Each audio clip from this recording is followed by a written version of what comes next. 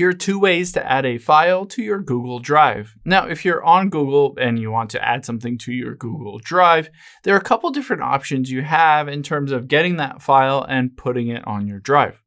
Now, I'm going to show you the first option. I'm on my iPhone. You can do this on Android or a computer.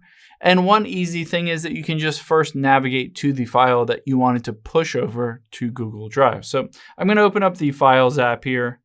Tap on my iPhone and then tap on this photo.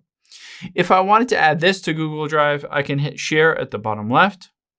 And then I'm just going to swipe over until I get to Drive there and tap on it. Now, the cool thing is it shows me the account at the very bottom, which folder I wanted to add it to, and sharing, whether you want this to be public for everyone, we want it to share it to a specific group, anything like that. I'm just going to hit upload at the top right. And basically, this will immediately add this to my Google Drive. This is an example where you navigate to the file first and then upload it from the file.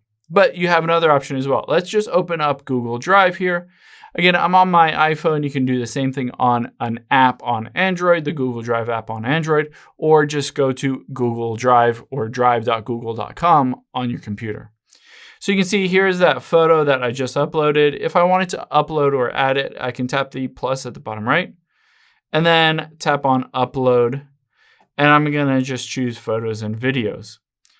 Let's choose recents here and just choose this photo of an orchid and hit upload.